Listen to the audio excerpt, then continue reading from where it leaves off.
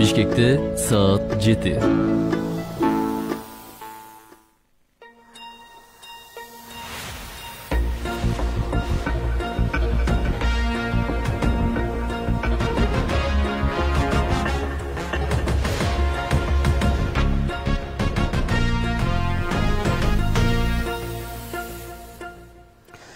Кутман таңыздар менен урматтуу радио угуучулар, биринчи радио түз ободо өз уктурууларын баштайт. Таңкы бурулуш сиздердин назарыңыздарда. Студияда Урмат Жээнбеков жана Гүлжан Каражанова сиздердин кызматтабыз. Кутман таңыздар менен урматтуу радио угуучулар, бүгүн күнгө шаршемби 3 февраль. Маалыматтарга караганда дүйнөдө бул күнү төрөлгөн көз жумган ататтуулар көп болгон экен, окуялар, көрүнүштөрдүн дагы саны көп. Ал эми биз азыр өлкөдө жана дүйнөдө болуп жаткан акыркы маалыматтар менен дагы таанышып алалы. Мына биздин катарга кесиптешибиз Бакыт Тапаев да кошулуп турат. Бакыт, кутман таң. Кутман таңыздар менен. Бакытка сөз берерден мурда биз менен байланышчу координаттарды дагы эске салып өтөлү. Гүлжан, бизди угуучуларыбыз Facebook аркылуу көрө алат, онлайн чыгуудабыз. Биринчи радионун баракчасынан көрүңүз. Кааласаңыз мына ушул жактан дагы суроолорду, сунуш пикирлерди калтыра аласыздар. Андан сырткары биздин студияда 2 байланыш телефону иштеп атат. 0312 39 21 90, 0502 39 21 90. Ошондой эле биз менен чогуу кызматта болуп жаткан кесиптештерибиз дагы бар. Режиссердук пультта Чынар Асылбекова жана бизди Facebook'та онлайн чыгарып аткан дагы бир кесиптешибиз Азиз Чокморов. Эмесе жогоруда айтып өткөндөй эле өлкөдөн алынган соңку жаңылыктарды кесиптешибизден угалы. Анда Бакыт, сөз өзүңдө. Рахмат.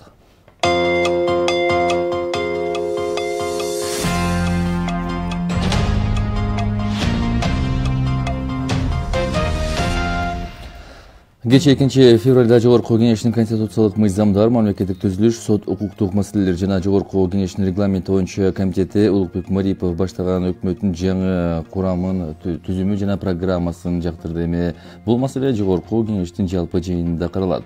Премьер-министрдикке сунушталган Улукбек Марипов өкмөттүн курамы жана структурасы менен тааныштырып, алгачкы кадамдар мамлекеттик органдарды оптималдаштыруудан башталып, чоң өзгөрүүлөр болоорун билдирди. Өкмөттүн курамы 22ден 16га кыскартуулары белгиленди.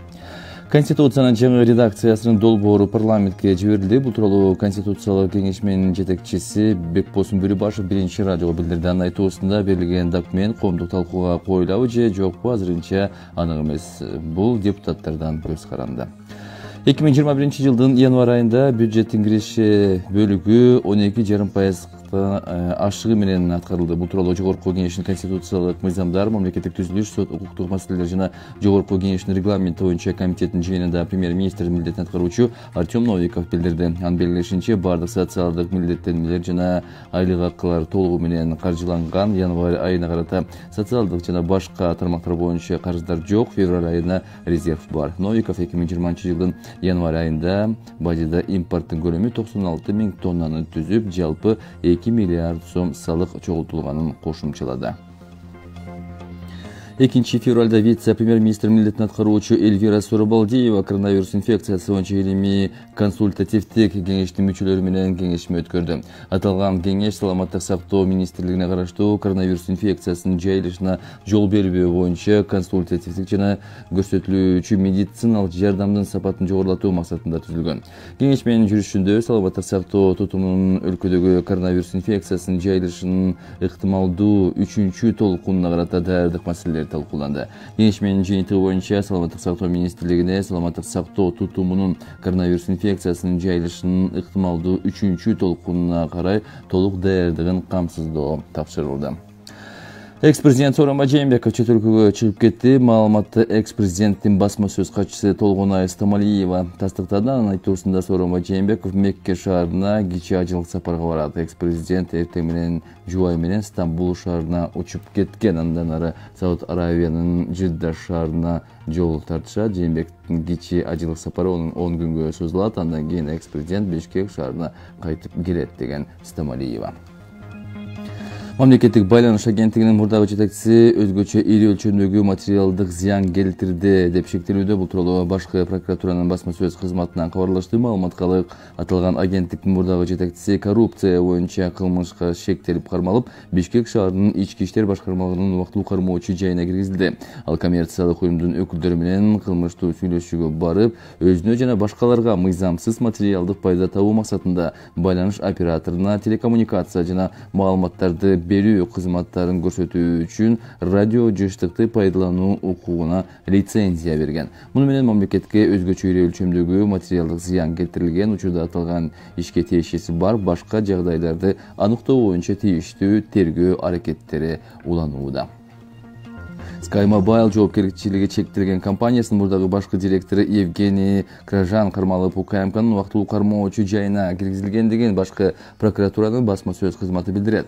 Маалыматка ылайык, радио жыштыкты пайдаланууга берилген лицензияны кайра каттоо жана трансформациялоодогу коррупция фактысы боюнча сотко чейинки өндүрүштүн тергөөсү жүргүзүлүүдө. Аталган иштин алкагында коррупция каралган кылмыштын жасаган деп шектелип, SkyMobile жоопкерчилиги чектелген компаниясынын мурдагы башкы директору Евгений Кражан кармалган. Ал аталган жоопкерчилиги чектелген компаниянын жетекчиси болуп турган мезгилде бул компаниянын кызыкчылыгын көздөп, радио жыштыкты спектрин пайдаланууга берилген лицензияны кайра каттоо жана трансформациялоого көмөк көрсөтүү максатында Кыргыз Республикасынын өкмөтүнүн жогорку кызмат адамына акча түрүндө материалдык пара бергендиги аныкталган учурда тергөө иштери уланууда. Баткен областындык үй бүлөлүк дарыгерлер борборунда 9 тез жардам автомашинасы берилди. Бул тууралуу Биринчи радио өкмөттүн аталган областындагы өкүлчүлүгүнөн билдиришти. Маалыматта унаалар Ислам банкынын COVID-19 долбоорунун алкагында алынгандыгы айтылат. Муну менен областта тез жардам унааларынын саны 53-тү түздү. 2020-жылы Дуанга мамлекет тарабынан 8 демөөрчүлөрдүн эсебинен 9 тез жардам унаасы алынган. Валюталар курсу менен тааныштырыңыздар. 1 Америка доллары 84 сом 79 тыйын, евро 102 сом 49 тыйын, 1 орус рублю 1 сом 12 тыйын, казак теңгеси 19 тыйынга бааланууда. Эми жаңылыктардын соңунда синоптиктердин бүгүнкү күнгө маалыматы менен тааныштыра кетсек, бүгүн 3 февралда Чүй областында абанын температурасы 8-13 градус жылуу болсо, Таласта 7-12 градус жылуу, ал эми Ош, Жалал абад жана Баткен областарында абанын температурасы 9-14 градуска чейин жогорулайт. Ысык Көл областында 1-6 градус жылуу болсо, Нарында 2-7, бийик тоолор райондордо 6-11 градус суук болот. Бүгүн Бишкек шаарында абанын температурасы 10-12 градус жылуу. Рахмат, Бакыт. Соңку жаңылыктарды биздин кесиптешибиз Бакыт Тапаев тааныштырды. 7-ден туура 7 мүнөт өттү. Таңкы бурулуш программасын улантабыз. Сиздер угуп жаткан Биринчи радио. Ооба, кесиптеш, бүгүн шаршемби, күнгө 3 февраль экенин билдик. Бул күнгө аба ырайы тууралуу дагы маалыматтарды алдык. Мына ушул аба ырайы жана адамдын ал тургай бул күнү көргөн түшүнө чейин божомолдор ушул күнгө карата күндү кайсы бир деңгээлде пландап алуу дагы дүйнө элинде болуп келет экен да. Мына жогоруда биз ушкай кеп кылып кеттик. Бул 3 февралда окуялар көп болгон экен дүйнөдө. Ошонун ичинде Кыргызстанда деле, анан атактуулар да төрөлгөн абдан көп болгон экен. Гүлжан, сиз жогоруда түш деп айтып калдыңыз. Түндө түш көрдүңүзбү? Мындай алганда адам бул эс алганда, айрыкча бул түнкүсүн уктаганда көбүнчө түш көрөт эмеспи. Мына ошол кезде биздин жумушубуздун мисалын алганда, эгерде мындай таңкы эфирге чыга турган болгондо, биздин мээбиз, аң сезим дейлиби, иш аракетибиздин баары тең мына ушул эфирге байланыштуу болгондуктан түштүн баары тең эле аралашып керек. Анан кийин эфирден шашып аткандан, же бир сен барбай калып, кайсы бир деңгээлде эфирди үзгүлтүккө учурагандай болгон эле түштөр кире берет. Эртең таңкы эфир деген күн, менде да ушундай учурлар болот. Мисалы мен түндө түшүмө кирип атыптыр. Бүгүнкү эфирге кечигип, анан биз маектешкен кишилерибиз эфирге чыкпай аткандан абдан кыжалат болуп атканын билип турдум. Андан Кудай сактасын. Эми азыр биз 1,5 саат ичинде 3 бурулуш жасайбыз да, 3 теманын алкагында. Ошондуктан биздин алдыдагы талкуулай турган темаларыбыз абдан кызыктуу болот деген ишеничтебиз. Анан угармандарды дагы кандай кызыктуу түш көрдү экен, деги эле түшкө ишенет болду экен, ушул жөнүндө дагы жазып койсун дейли. Facebook баракчабыз дагы иштеп атат. Анан таң эрте биздин эфир башталар замат Рая Ормонова деген колдонуучубуз Кутмантан таң тынчтык болсун деп сонун тилегин жазган экен. Тилеги кабыл болсун дейле. Мына эмне себептен биз бул 3 февралдагы күндөр, бул күнгө маани берип жатабыз, тарыхый учурларга. Мисалы үчүн, мына бул күндүн тарыхына токтолсок, 3 февралда дүйнө эли эмнени эске алат.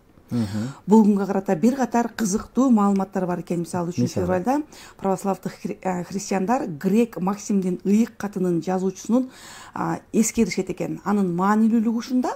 Кандай? Анын белгилүү аты Максим жуатуучу деп аталат экен. Анткени ар кандай маселелерди чечүүгө жардам берет деп көптөн бери эле эл ишенип келет экен. Ал эми мен жогоруда кайра тиги атактуулар төрөлдү деп сөз кылып атпаймынбы? Мына бул 3 февралда төрөлгөндөр түшүнүктүү жана кунт койгон адамдар болот экен. Алар өзүнүкүнөн дагы башканын кызыкчылыгын жогору койгон адамдар же башкаларга көп жардам беришет экен. Мындай адамдар менен тил табышуу оңой жана алар көп учурда үй бүлөлүк жана кесиптик чөйрөдө жакшы ийгиликтерге жетишет дейт.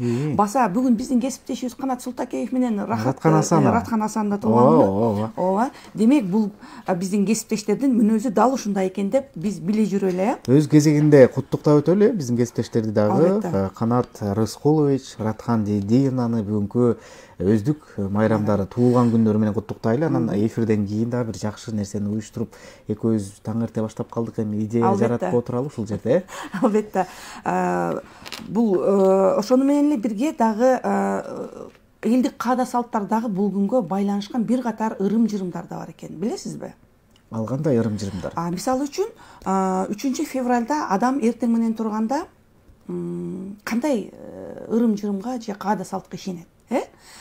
Бул күнү жок дегенде эле бир жолу жардамга чакыруу үчүн келгендердин бардыгын тиленүү менен эскерүү дүйнө жүзүндөгү айрым элдер салтка айлантып келет экен. Ошондой эле бул күндө мындай мамилелерди дагы мындай жубайлар ортосунда узак жашайбыз десе, бирге чогуу өмүр бою өмүр сүрөбүз десе, бул күнү ошо тилек кылып ал тургай көчөгө чыгып экөө кол кармашып сейилдеп басканда дагы ошол тилеги орундалат деген ырым-жырым бар экен. Бул болсо кайсы бир деңгээлде ошол үй бүлөнү ар кандай бир терс энергиядан сактап турат экен да. Демек 3 февралдын таңында жумушка жубайыңызды узатып, сейилдегенче узатып жиберип, жолдо ката жакшы тилектерди айтып, сүйөрүңүздү дагы бир жолу далилдеп дегенде, бизди угуп аткан азыр угуучуларыбыз бар да, эми түгөйүн буюрса жумушка узатып барам деп. Ушул ырым-жырымдарды, каада салтты негизи эле элдик ишенимдер көп болгондо, көпчүлүгүбүз биз канчалык мындай илимге басым койгонубуз менен кайсы бир деңгээлде ишенимдерге дагы көп берилип келебиз. Мына ошол эле мезгилде ишеним демекчи бул күнү урушпаш керек экен. Сөзсүз. Мүмкүн болушунча бир эле бул күн эмес, негизи эле урушкан бул жакшылыкка алып келбейт, адамдын маанайын чөгөрөт. Ошол эле мезгилде ар кандай бир башка дагы бир жаман терс окуяларга алып келиши мүмкүн. Анан тамак ашка дагы маани бериш керек экен. Мисалы кандай? Мисалы үчүн башкы тамак катары козу карын, балык, эт жана жумуртка кошулган тамактар маанилүү экен. Негизи эле кыргыз бул эт жеп келген, козу карын менен жебесе керек, козу карын жебесек дагы сүйүүчүлөр эле жеп калбаса, сүйүүчүлөр эле болбосо. Үй чарбаларына гана эмес, Гүлжан, коңшуларга дагы мамиле кылуу керек экен. Бул күнү мисалы бир нерсе жоголсо капа болбош дагы керек. Илгертен эле ушу келе жаткан ишенимдерге ылайык 3 эсе өлчөмдөгү жоготуу үйгө кайтып келет дейт. Эгерде пландаштырылган жолугушуу же келишим ишке ашпай калса, анда өкүнбөйсүз. Булар ийгиликсиздиктен жана каржылык жоготуулардан арылткан бир ыйык нерселер деп дагы билсек болот экен да. Демек, бул күнү бир топ жакшы нерселерге ыкташыбыз керек экен, карап көрсөк. Мындан сырткары аба ырайы дагы буга өзүнчө өбүлгө болуп берет экен. Мисалы 3 февралдагы белгилерин ансак, бүгүнкү ачык аба ырайы мол түшүм алуу дегенди түшүндүрүп турат экен. Кургак аба ырайы жай аппаптуу болот дегенди туюнтат экен. Асманда жаркыраган ай эгин ооруп жөө үчүн деп жорулат экен. Мен бүгүн келе жатып аба ырайы ачык экенин көрдүм. Атайын ошого маани берип карадым. Асманда ай турат. жылдыздар кайсы мезгилге салыштырып койдуңуз бүгүнкү аба ырайын? Деги эле ушул 3 февралдагы аба ырайына жоромолдорду азыр окуп жатып сырттан келе жаткан аба ырайы менен салыштырып жатам да. Демек булга ынана кетсек, бүгүн ушул ачык аба ырайы болгону түшүм мол болот деген жакшы тилек айтып. Негизи Гүлжан карап көрсөк, байкуш кышты эле бир качан кетет деп күтүп өткөнбүз да, калган мезгилдерде адам баласы жөн эле жашап жүрө береткенбиз да. Бир эле кыштан мен да эртең менен эрте туруп алып ойлондум да, байкуш кышты эле качан кетет болду экен, качан жаз деп эле анан өзүбүздү кайра сооротуп өлбөгөн жанга жаз келет деп эле жүрүп өткөнбүз да. Анан кыш ошон үчүн бир кээде ызгаардуу суугун көрсөтүп коет экен да бизгечи. Ошон үчүн мындай тарындып капаланбаш керек окшойт деп ойлоп калдым, ар бир мезгилди баалап өз убагында. Албетте, анан калса Кыргызстанды билесиз, 4 мезгил бар. Кыргызстанда ар бир мезгил өзүнүн кооздугу бар, ар бир мезгилдин сулуулугу бар. Жана өзгөчө Кыргызстанда булай. Өзгөчө Кыргызстанда мен мисалы кышты күтөм. Мен анчалык эле байкуш кыш дебейм. Негизи мындай карап көрсөк, жаныбызда жүргөн кишилер, достор деле көп айтат да, мисалы. Негизи адамдардын кыш үстүп жиберди, эртерээк бүтсө экен деп түшүгү көбүрөөк. Тарыхый окуяларга да токтоло кетпейлиби? Бүгүн 3 февралда Вьетнамдын коммунисттик партиясынын негизделген күнү. 1815-жылы биринчи Швейцария сыр заводу ачылган. Ал эми 1957-жылы Спутник 2 учурулган. Анын бортунда тирүү жан ит космоско биринчи жолу учкан. Мындай тарыхый окуялар көп болот эмеспи? Ошол эле мезгилде жана жогоруда биз башында сөз кылып кеткендей, бул күнү көрүлгөн түштөр дагы кайсы бир деңгээлде маанилүү экен да.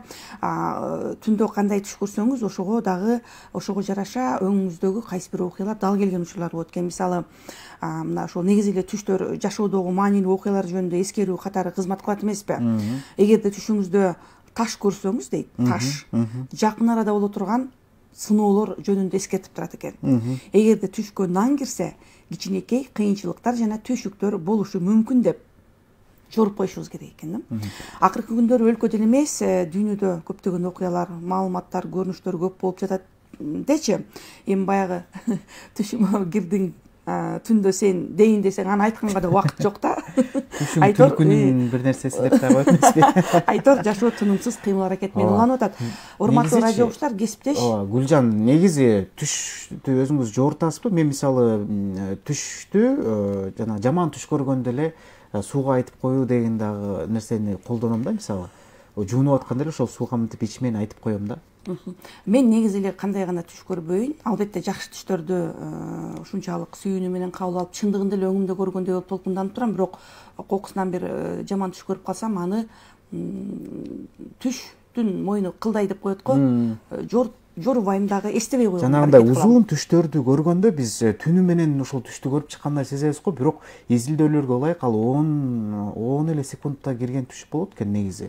Изилдөөлөрдө айтылат экен да, сен жанагы узак бир телесериал сыяктуу түштөрдү көрөбүз го, ошол кыска эле убакытта болгон түш болот экен негизи. Бирок адам баласы негизинен түнү бою тынч эле уктайт экен. Ошол көргөн түшү аз эле убакытта болгону айтылат экен изилдөөлөрдө. Анда биз радио угуучулар менен бүгүнкү талкуулай турган темабыздын биринчисин баштай берели. Анда Гүлжан, кандай дейсиз? Албетте, мына азыр деле уйкусун улантып аткандар болсо жакшы түш көрүшүн каалайлы. Бирок албетте жумуш күнү башталып калды, туруш керек, иш дегенде. Туура айтасыз, чын эле 3-чү биздин бүгүнкү уктуруубузда, урматтуу радио угуучулар, 3 теманын тегерегинде сөз кыла турганыбызда жогоруда эскертип өттүк элек. Азыр бир нече мүнөттөрдөн кийин кесиптик билим берүү тармагын жакшыртуу багытында кол коюлган меморандумдун маани маңызы тууралуу тармак адистер менен талкуулайбыз.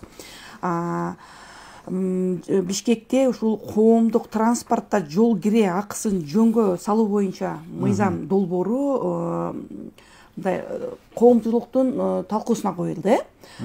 Мисалы үчүн биз мына ушул тууралуу дагы кеңирээк маалымат алып алалы деп азыр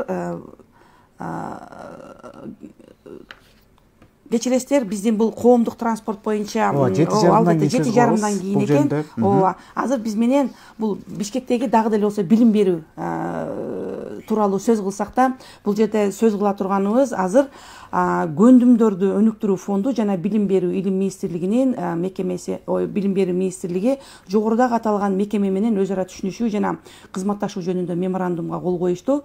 Бул документтин максаты маани маңызы эмнени көздөйт?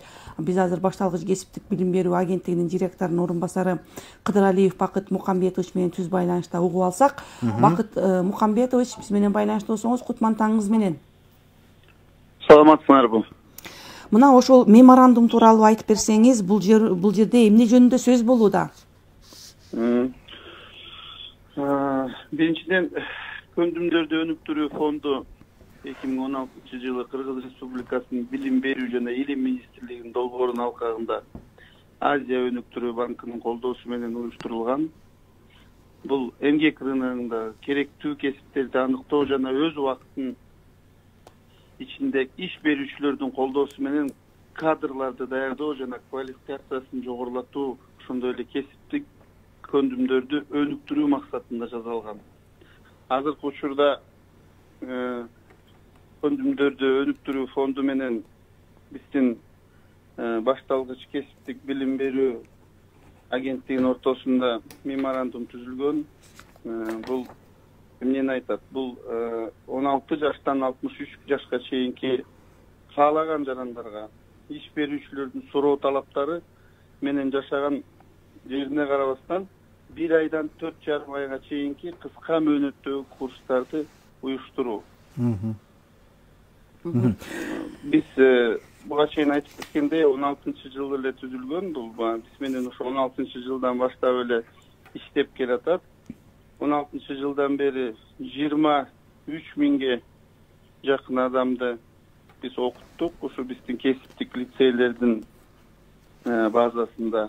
Анын ичинен 780 адам ден соолугунан мүмкүнчүлүгү чектелген жарандар, иш берүүчүлөрдүн суроо талаптары менен курстарга берилүүчү чек 55% түзгөн жана өз алдынча изденгендер 45% түзгөн. Анын ичинен 75% ишке орношкон. Гендердик жагынан караганда, курам аялдар боюнча караганда 47% түзгөн. 100%, 47% ошол аялдар окуп бүткөн. Калган 53% эркектер, калганы эркектер түшкөн да. Анан эми бул эң биринчи эмнени көздөйбүз? Бул баягы адамдын азыркы заманга талаптары эми баягы жашоо өзү бат жүрүп атпайбы?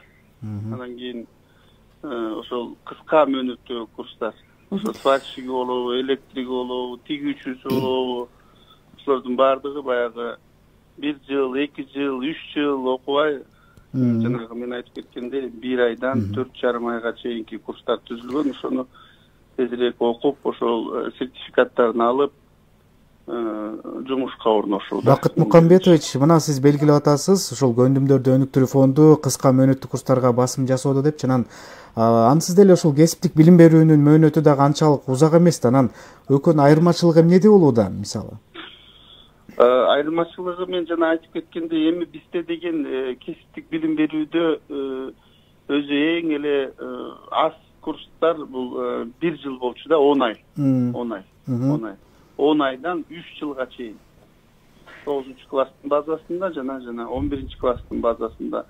Анан бизде деген биз баягы бюджеттик окуу болгондуктан бизде жана возрастной чек деп коет, ошол бар болчу да, 29-30 жашка чейинки гана жарандар окуп алчу да. А берде мен жана айтып баса белгилеп кеткенде 16 жаштан 63 жашка чейинки жарандар. Демек бул жерден Бакыт Мукамбетович, кайсыл кесиптерге ошол кыска мөөнөттө билим берүүгө басым жасалып атат? Мына жогоруда сиз айтып өттүңүз, тигүүчүлүк депчи.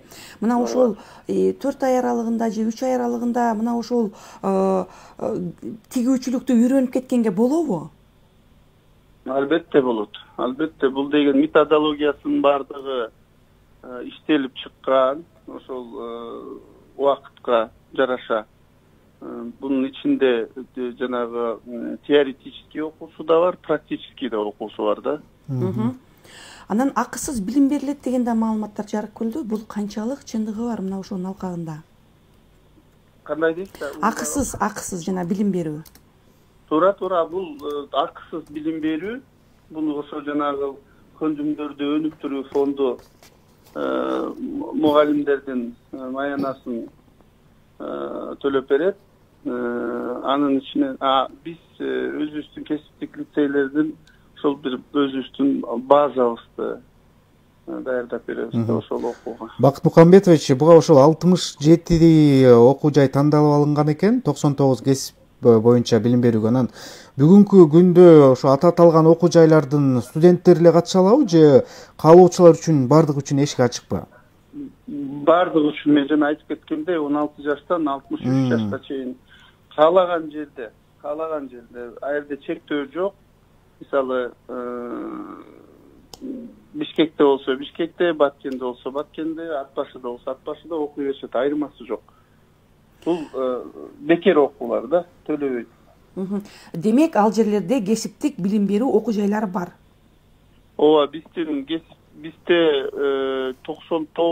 кесиптик окуу жай бар. Географиясын алып караганда бул Ат башыдан баштап ошол Баткенге чейин кесиптик лицейлер жайгашкан. Билесиз, бүгүнкү күндө билим берүү иштери пандемияга байланыштуу айрым бир чектөөлөргө кабылып турат. Билим алуу аралыктан жүргүзүлөбү же сабакка сөзсүз катышуу зарылбы?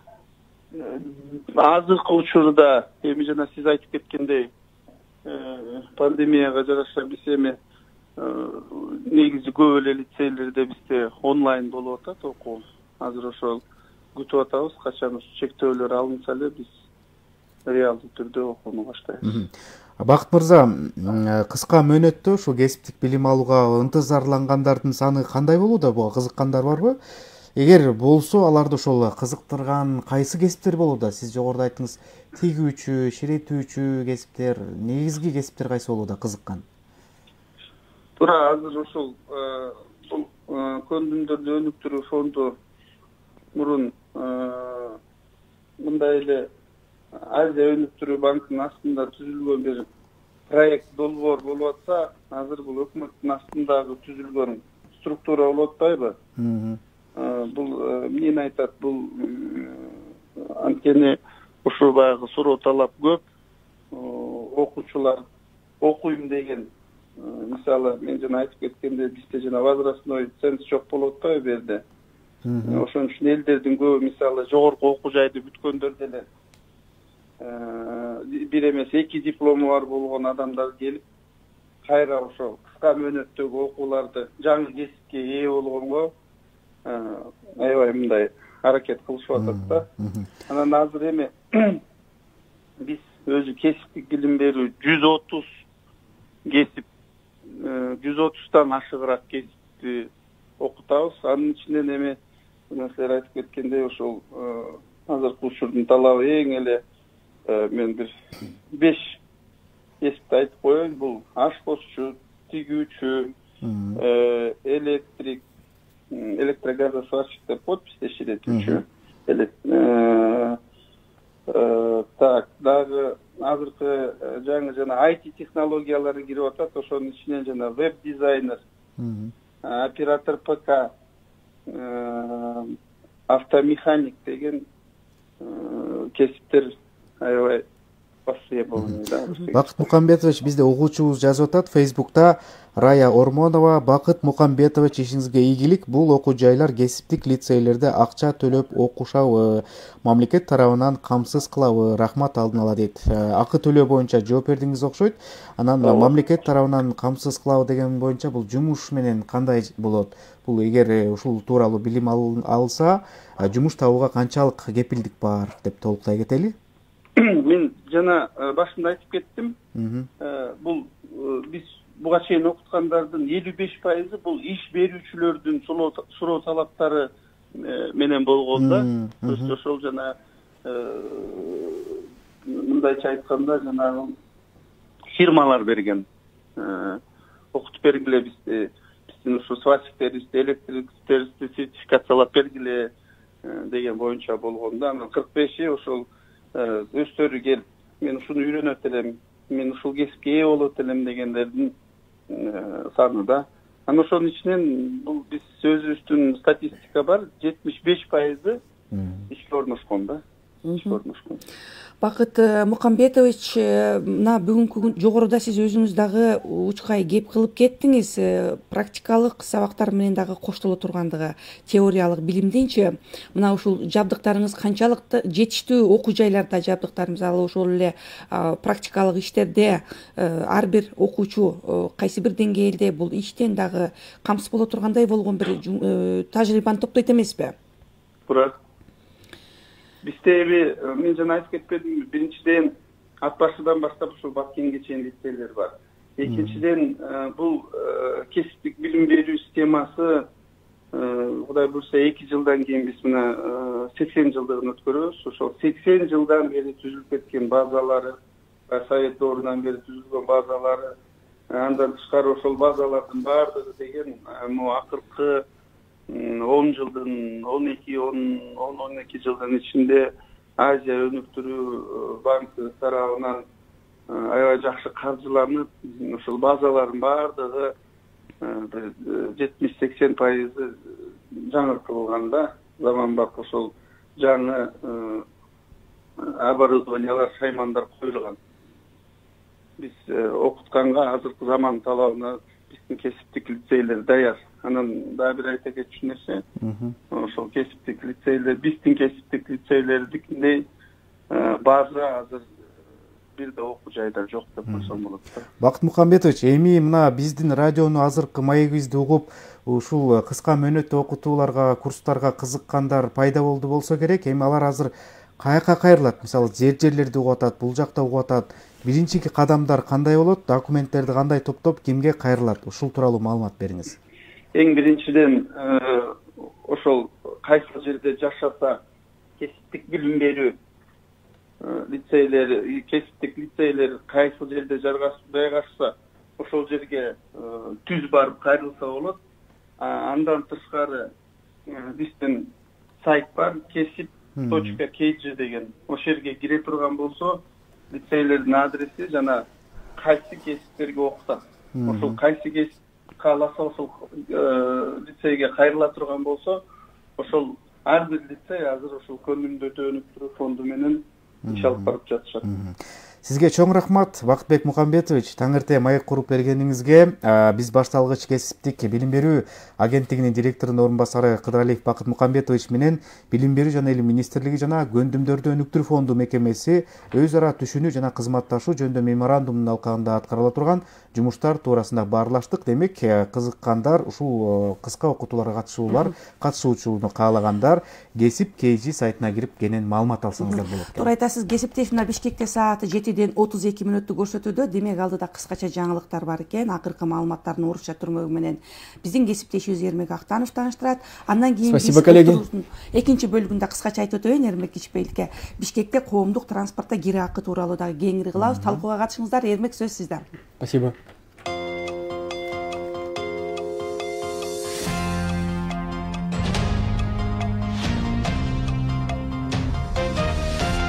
В эфире новости на Биринче радио, у микрофона Эрмек Актанов. Проект новой редакции Конституции поступил в парламент. Об этом сообщил глава Конституционного совещания Бекбосун Бөрүбашев. По его словам, будут ли выставлять документ на общественное обсуждение и передавать проект для дачи заключения в Конституционную палату, он не знает. Это зависит от депутатов. В законе нет нормы, обязывающей до того, как выносить проект на референдум, отдать его судьям Конституционной палаты. Мы доработали тот вариант, который был вывешен авторами 17 ноября прошлого года на сайте парламента, и теперь народные избранники должны назначить дату референдума. Ранее депутат Ахылбек Джапаров отметил журналистам, что общественного обсуждения не будет, поскольку оно уже было проведено в рамках Конституционного совещания. Референдум пройдет 11 апреля вместе с выборами депутатов местных кеңешей. Если через 15 дней нового штамма коронавируса не будет и эпидемиологическая ситуация не ухудшится, то все школы по стране перейдут на традиционное обучение, сказал министр образования Алмазбек Бишеналиев на заседании Комитета парламента по конституционному законодательству.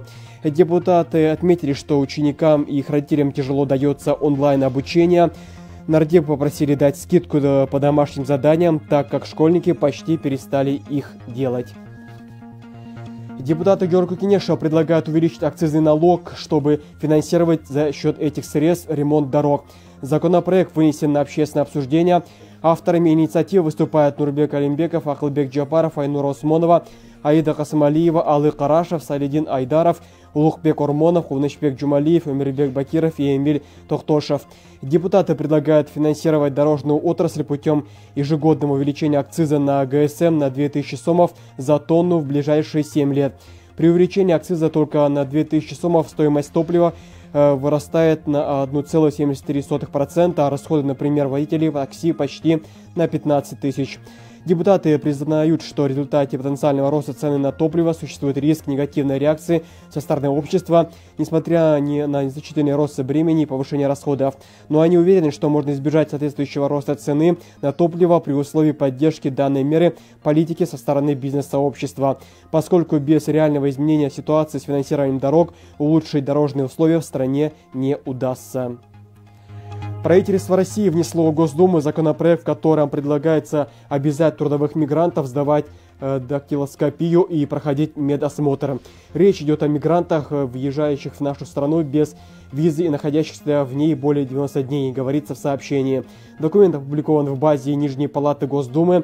Контроль биометрических данных необходим для того, чтобы выявлять лиц с опасными заболеваниями и предотвращать распространение инфекции на территории России. Также это поможет эффективно реализовать решение по нежелательности пребывания в стране того или иного лица, выявлять людей, находящихся в розыске, к примеру, причастных к терроризму. Снятие отпечатков пальцев и фотографирование будет проводиться однократно, указано в документе. Биометрические данные не нужно будет сдавать детям до 18 лет, мужчинам после 65 лет и женщинам после 60 лет. В горных районах республики лавина опасна. По данным МЧС, сегодня сход снежных масс ожидается на дорогах Алабука, Жаңабазар, Кировка и Красная Горка, Акташ. При проезде по вышеуказанным трассам водителям следует строго сохранять бдительность и соблюдать дистанцию между авто в 500 метров. И в завершении выпуска прогноз погоды. По сообщению Кыргызгидромета, сегодня по Кыргызстану без осадков, на дорогах снежный накат и гололедица, ветер западный 4,9 метров в секунду. Температура воздуха в Чуйской долине от 8 до 13, в Сусамырской -3, -8, в Таласской 7-12. В Баткенской, Ошской и Джалабадской областях воздух прогреется до 14 градусов, в Иссыкульской области от 1 до 6, на Рынской -2, -7. В Бишкеке сегодня осадков не ожидается, температура воздуха от 10 до 12 градусов тепла. И на этом пока все. Коллеги, вам слово. Рахмат, Эрмек. Разычылык билдиребиз. Сизди 8:30 дагы күтөбүз. Ага чейин соңку жаңылыктарга улам кезек берип турабыз. Биринчи радио ар дайым байкоо салып турат өлкөдө, дүйнөдөгү соңку жаңылыктарга. 7-ден 37 мүнөт өттү. Гүлжан биринчи радио үзүктурларын түзүүдө уланта берет. Жогоруда Эрмек жаңылыкта айтып өткөндөй эле тоолуу жолдордо дагы кар көчкүчү коркунучу бар экен. Ошондуктан азыр айдоочуларга дагы айтып өтөлү, сөзсүз сак болуңуздар. Узак жолго, тоолуу жолдорго чыгуудан бир аз карманып туруңуздар дейли. Бир аз убакыт. Эгер жолго чыгып сапарын баштап алган болсо, же улап бараткан болсо, сөзсүз түрдө аралыктагы 500 метрди сакташы керек. Мына эми ушул жол жөнүндө сөз кылып калдык. Билесиз, Бишкекте ушу 18 январдан бери деги эле айта келгенде бир 2012 жыл дейбизби, андан мурунку жылдары дагы мына ушул жол кире акысы жөнүндө көтөрүү жөнүндө маал-маалы менен айдоочулар же болбосо кичи маршруттук унаалардын айдоочуларынын нааразылык акциялары өтүп келет. Бул мына жыл башынан дагы кайра башталгандыгын айта кетишибиз абзел. Мына Бишкек мэриясы тарабынан коомдук транспортто жол кире акыны көтөрүү боюнча мыйзам долбоору талкууга коюлду. Маалыматка караганда өкмөттүн 2020-жылдын 30-сентябрдагы 504-токтомуна ылайык Бишкек шаарынын мэриясы ченемдик укуктук актынын долбоору иштелип чыккандыгы жөнүндө билдирет жана укуктук жөнгө салуу талкууланып жаткандыгын, ошондой эле кызыктар тараптардын сунуштары чогултуп баштагандыгын жарыялады. Эске салып өтсөк, 18 январда шаардагы маршруттук унаалардын айдоочулары жол киреени жогорулатуу талабы менен жумуш ташташкан болчу. Албетте баардыгы эмес. Буга байланыштуу мэр Балбак Төлөбаев видео кайрылуу жасап, жумушка чыкпагандар болсо жоопкерчиликке тартыларын эскерткен. Ошондой эле шаар башчы айдоочулар менен жолугуп маселени чечип берүүнү экономика министрлигине бул маселени карап берүү боюнча кат жибериле турганын билдирген. Биз азыр ушул багытта теманы уланталы, анан жарандардан дагы сурамжылоо болгон шаар тургундарынан ушул жол кире акысынын көбөйтүлүшүнө кандай пикирдесиз? Чындап анда сиздин өзүңүздүн оюңуз кандай? Ушуга биз даярбызбы? Калк өзү даярбы? Эгер ошол көтөрүү талабын айдоочулар коюп аткан болсо, Гүлжан, айдоочулар өзүнүн жана ошол автомашинасынын ичиндеги шарттары дагы болуш керек да. Албетте, себеби дегенде билесиз, бул ушул коомдук транспорттарда эле анын ичинен ушу маршруттук кичи унаалардын көпчүлүгүнүн техникалык абалы талапка жооп бербей тургандыгын алып турушун ошо айдоочулар өздөрү деле айтып келет. Ал ар кандай мына ошол жабдыктардын кымбаттыгы же дагы башка жактан алынып келгендиги жүйө катары көрсөтүлүп келет. Албетте бул маселелер бул эки тараптуу деп айтсак болот. Биз мына ушул тууралуу кененирээк бир баарлашып албайлыбы? Мына ошол мыйзам долбоору, эмне болгон мыйзам долбоору, ичине эмнелер камтылды, Мына биз менен түз байланышта шаардык транспорт башкармалыгынын башчысынын орун басарынын милдетин аткаруучу Улан Бейшенбаев турат. Саламатсызбы, Улан Бекежанович? Саламатсыздарбы? Кутман таңыңыз менен. Кутман таңыңыздар менен. Улан мырза, сизди таң эрте угуп атканыбызга кубанычтабыз. Угуучуларыбыз дагы бул темага кызыгып азыр күтүп турат. Кандай жаңы маалыматтар айтылат болду экен? Качан маршруттук транспортто жол кире акысы көтөрүлөт болду экен деп. Деги эле ушул мыйзам долбоорунда эмнелер камтылды? Өзүңүздөргө белгилүү болгондой, шаардык транспорт башкармалыгынын буйругу менен жумушчу топ түзүлгөн. Бул жумушчу топко айдоочулар жана ошо фирманын жетекчилери, ассоциациянын жетекчилери кошо киришип ишти алып барышкан. Баягы расчетторун даярдашып туруп, бүгүнкү күндө анализ регулятивного воздействияны биринчи, экинчи кадамдарын өтүп жатабыз. Бул экономика министрлиги жасап даярдалган анализ регулятивного воздействияны булар туура же туура эмес деп баягы өздөрүнүн буйругун чыгарыш керек да. Ошон үчүн 2020-жылы 30-сентябрда номер 504 өкмөттүн токтомунда булардын методологиясы бекилиптир. Ошо методологияда бир 30 этаптар бар экен да. Ошонун биринчи этабы биз мурда күнү Бишкек шаарынын мэриясынын сайтына элдик талкууга, 15 күндүк элдик талкууга биз бул проектти илип койдук. Бүгүнкү күндө ошо эл 15 күндүн ичинде өздөрүнүн сунуштарын бериш керек, ойлорун айтыш керек. Улан Бекежанович, айтып өтсөңүз, мына ушул жерде биз жол кире тууралуу сөз кылып атабыз. Ушу жол кире ал жерде кандайча камтылды, эмне деп көрсөтүлдү? Ошого бул ошо расчеттордун баарын тең биз көрсөтүп, методологияда уведомление дейт. Бул жанагы методологиянын биринчи кадамы, биринчи талабы экен. Буну дагы биз өтүшүбүз керек. Бул ар бир этапты өткөндөн кийин биз Министерство экономикага беребиз. Ошол Министерство экономикадан анан туура өттү, туура жазалды расчеттор деп алар анан бизге бая тыянак чыгарып беришет. Улан Бекежанович, мына азыр абал тынч болуп калды, бирок майга чейин убакыт сурап албады беле мэр Балбак Төлөбаев. Документ ушул бул мезгилде кабыл алынышы мүмкүнбү? Эми буюрса аракет кылып атабыз. Ошол убакытка чейин. Эгерде мына ошол убакытта дагы бул документ дагы кабыл алынбай калса, маршруттук унаалар каттамга чыкпай калышы мүмкүндүгүн биз 18 январда көрдүк. Альтернативдүү жол катары кайсыл иш-чара белгиленип жатат?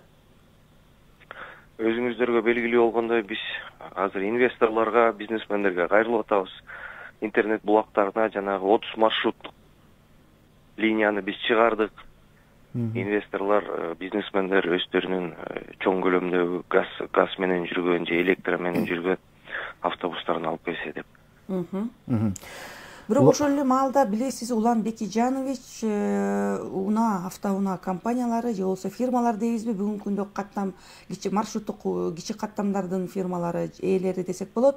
Мына ошолор жогорудагы сиз белгилеген автобустар же андан дагы мына коомдук транспорттор дейличи, ошолорду алып келүүгө азырынча кызыктар эместигин айтат. Себеби ал өзүн өзү актабайт, ошол эле мезгилде жаңы конуштарга бара албайт деген жүйөсүн келтирип атат. Бул канчалык сиздердин демилгеңиздер колдоого алынат деп ишенип турасыздар? Өзүңүздөргө белгилүү болгондой, бизде Бишкек шаарында Осо Шыдыр жол KG деген 35 маршрутта бүгүнкү күндө иштеп жатышат. Бул жеке ишкер. Мен ойлойм, бул жерде андай эмес го деп. Жеке ишкерлер кирип иштеп атышат, эгерде иштеп атышса, бул жеке ишкерлер дегенде бир эле ишкер жөнүндө сөз болуп атабы, же ал жерде бир топ ишкерлердин дагы саны барбы? Мындай ачыктасаңыз. Жок, бул бизлерге 2-3 жылдан бери эле Осо Шыдыр жол KG деген компания 35 маршрут сизге белгилүү болгондой, алар өзүнүн маршруттары менен иштеп жатышат. Анан бул жерде баягы прибыльный, неприбыльный деген айтышка оор болот. Эгерде неприбыльный болсо, алар да иштемек эмес да. Улан мырза, мына ушул маршруттук каттамдарда атайын фирмалар бар эмеспи? Баланча номурдагы маршруттук каттамдын фирмасы, бир фирмада 2-3 каттам болот эмеспи? Анан эл арасында айтылып атпайбы, ошол фирмасы жок, ошол маршруттук каттамдар мэрия менен түз байланышта болгону жакшы болмок дейт. Бул жагында кандай? Бул жагын азыр иштеп чыгып атабыз, мыйзам чегинде. Бул сиздер муниципальный маршрут деп айтып атасыздар, буну азыр мыйзам чегинде карап чыгып атабыз бул маселени да. Анда Улан мырза, азыр биз айрым шаар тургундарына ушул пикирин уккан сурамжылоону уксак, андан кийин сиз менен маекти уланталы, сиз байланыштан кетпей туруңуз, Бухгалтерский төлөшөт, анан запчас алышат, дөңгөлөк алышат, солярка куюшат. Ошентип атып өзүнүн семьясын жырганда эч нерсе калбайт да.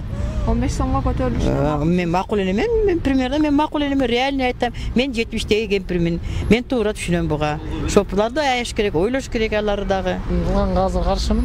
Студенттерге өтө эле оор болуп калат деп ойлойм 15 сомдо. 10 сом менен алыш керек. Эгерде могу мектепте окуган балдарга атайын мэрия бир автобус бөлүп берип, анан ушу балдардын баарын ушу өздөрүнүн автобусу менен ташый турган болсо, мен 15 сомго макулмун да. Жол кирен макул эмесмин. 15 сом көп да негизи.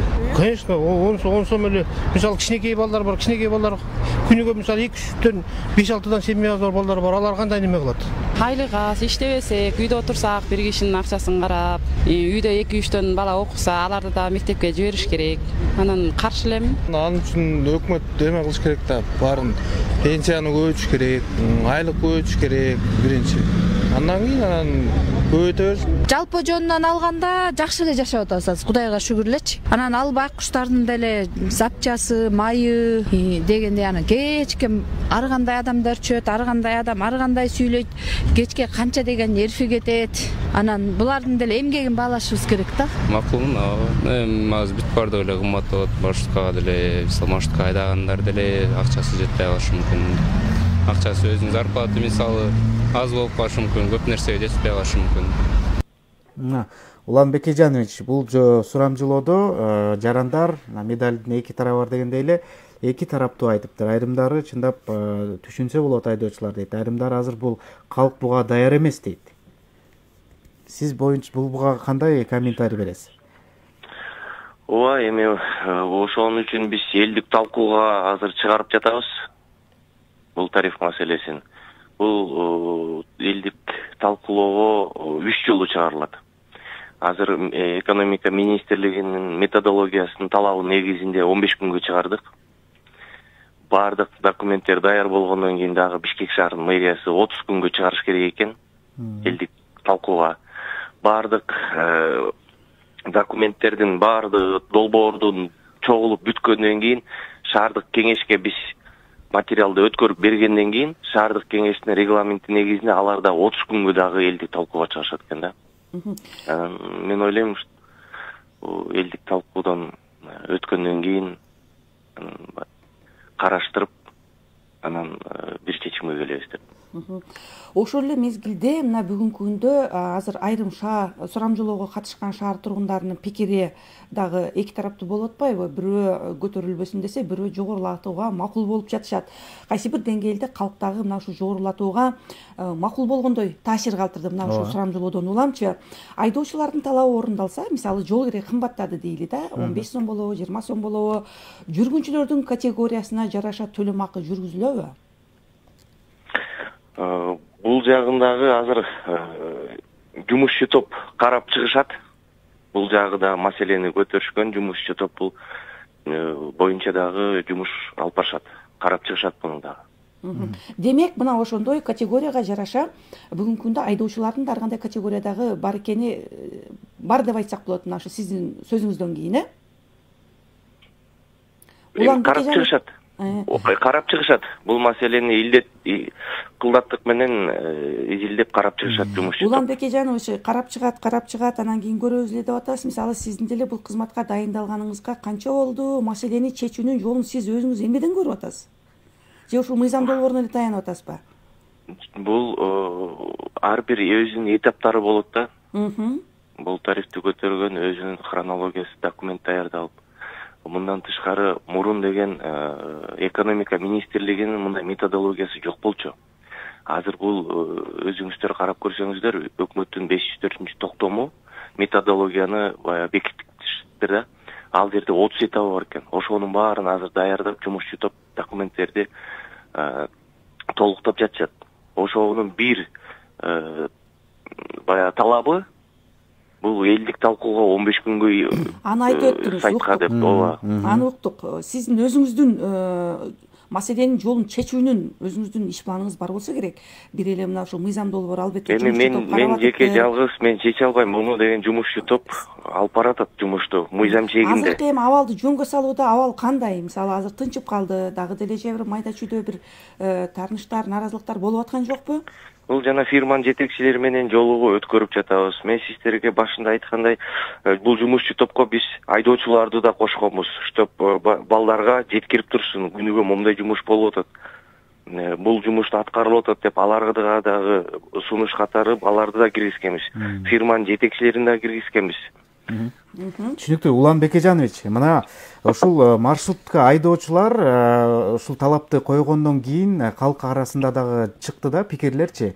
Алар жол кире акысын көтөргөндөн мурда ошол транспортунда өзүнүн машинасында шарттарды түзүп туруп анан ушул талапты коюшсун деп. Мисалы, ошол эле маршрутканын ичинде кадимки эле отургучтардын абалы жакшы эмес, ичи таза эмес, каалаган жерден токтойт, кишилерди маршруткага тыгып алып, көп санда тыгып алып, салып алып айдайт деп ар кандай бир кемчиликтерди айтты да, ушуну жөнгө салуу тууралуу, мисалы, ошол токтом кабыл алганга чейин ушуну жөнгө салуудагы талап койдуңуздарбы? Ооба, бул боюнча культура обслуживания дегени бар, санитарное состояние микроавтобусных маршрутов, анан технический состояние деген талаптарды коюп, бизде транспорт инспекциясынан шаардык жанагы СГСН деп коет, санитарно-экологический инспекциянын адистери менен кошо шаардык ГАИ адистери менен, шаардык транспорт башкармалыгынын адистери менен биргеликте күнүгө рейд жүрүп турат бул боюнча. Шаардык транспорт башкармалыгынын WhatsApp номерлери да бар, интернет булактарында, Instagram баракчасында да бар, Facebook'та. Эгерде ошондой билим көрүп калгандар болсо, бизге ошол жака жазсаңыздар, кайра обратный номерди калтырып койсоңуздар, биз чакырып мындай водительдерге чара көрөбүз. Улан мырза, азыр бизде радио угуучубуз бар экен, суроосун угалы, андан кийин уланталы. Саламатсызбы? Алло, саламатсыздарбы? Сизди угуп атабыз. Улан мырзага мындай суроо бар да. Жана жеке менчик фирмалардын өзүнүн микроавтобусу жок. Ар ким өзүнүн менчик автобусу менен ошо регистрация болот дагы. Фирмалар маршрут алат да, ошого киришет. Аны фирмалар күнүнө эң кем байланыш үзүлүп калды. Негизи суроонун өзөгүн түшүндүңүз болуш керек, Уланбек Эжанович. Жанагы сиз айткандай эле муниципальныйга өтөбүз дегендер болуш керек да булар. Эми бул маселени мыйзам чегинде карап чыгып атабыз. канчалык мыйзам чегинде биз буларды муниципалитетке ала алабыз. Угуучуларга да эске салып өтөлү, урматтуу угармандар, биз мына ушул маршруттук транспорттун жол кире акысын көтөрүү теманын алкагында сүйлөшүп жатабыз. Студиянын байланыш телефону 0502 39 21 90, 0312 39 21 90. Мына ушул номерлерге чалсаңыздар болот. Мындан сырткары Facebook аркылуу жазыңыз, биринчи радионун баракчасы. Улан Бекежанович, дагы бир суроону белгилеп өтөлү. Буга чейин ошол мэр айтып өттү эле, шаарда бир 10 автобус алабыз, окуучуларды бекер ташуу үчүн дейт. Бул боюнча иш аракеттер кандай болуп атат? Ооба, бул боюнча азыр жумуш алып барып атабыз. Балбазарлык Түлөбаев тапшырма берген. Бул боюнча азыр жумуштарды алып барып, эсептемелерин чыгарып, азыр кандай болуш керек, жол чиймелерин карап чыгып атабыз. Бул ошондо жаңы окуу жылына даяр болуп калабы? Буюрса. Буюрса, ошого аракет кылабыз. Мына мени кызыктырган дагы бир суроо болуп атат. Улан Бекежанович 18-январда ишке чыкпай койгон унаа ээлерине эскертүү берилбеди белем. Анын натыйжасы эмне болду? Натыйжасында өзүңүздөргө белгилүү болгондой бир 300-350 единица микроавтобус чыкпай калган. Буларга баарына уведомление берилген.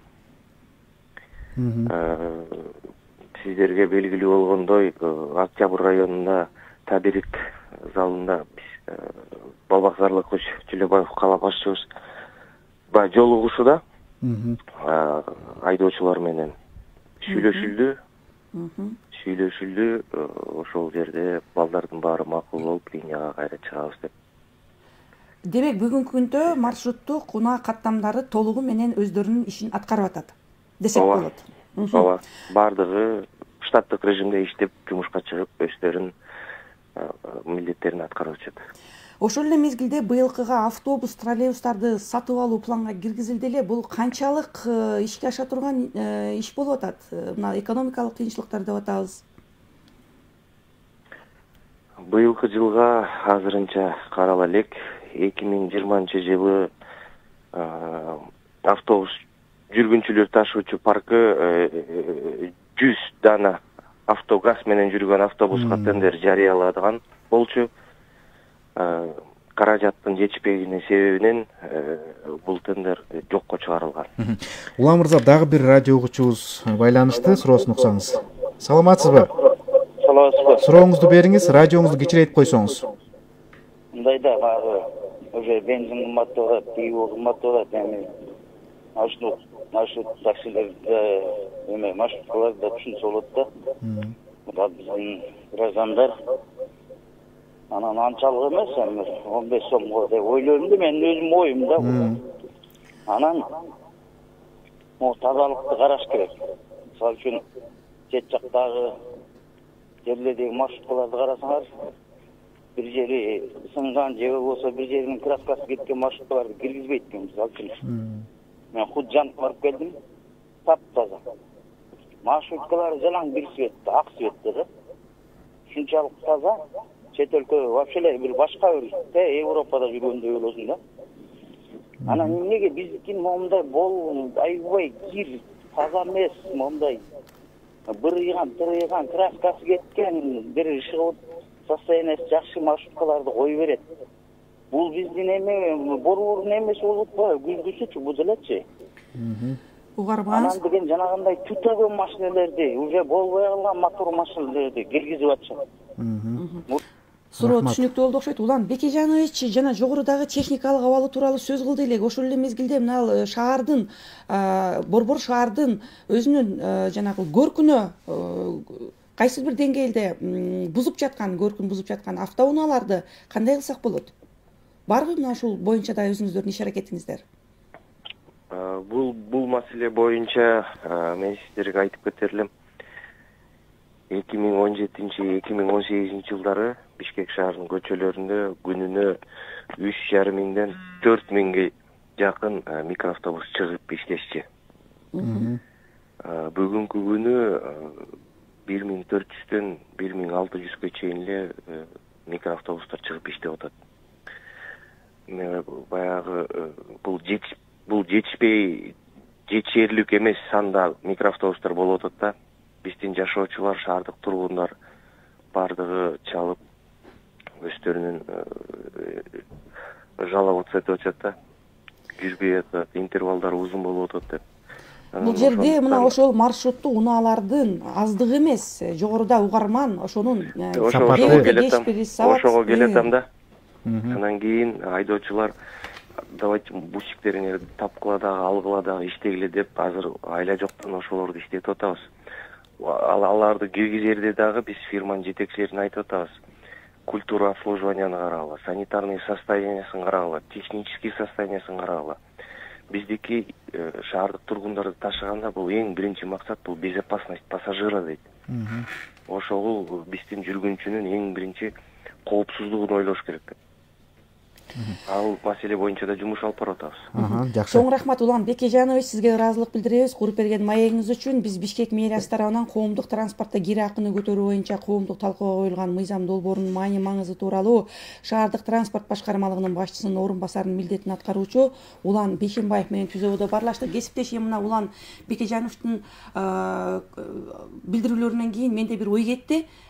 Биздин маршруттук унаалар дагы бир топ жылдарга чейин мына ушундай эле кебете кечпири менен, техникалык абалы менен калкты тейлейт деген ой кетти. Ооба, жогоруда далилдеп дагы беришпедиби? Биздин сурамжылоодо дагы, анан угуучулар чалганда дагы ошол эле автотранспорт, ошол эле маршруттук такси автобустардын ичиндеги шарттары, өзүнүн техникалык абалы тууралуу таптакыр жооп бербей турган. Эми муну жолго салынып, жөнгө салынып, жакшы бир багытта болоруна үмүтүбүз чоң. Бирок канчалык аракеттер, убадалар берилип эле келатат. Бирок жакшы жагынан үмүт кылалы деп биз жаңылыктар саатына кезек берели. Бишкекте туп-туура саат 8 болду. Анда Бакыт Тапаевга сөз кезегин узатабыз. Рахмат.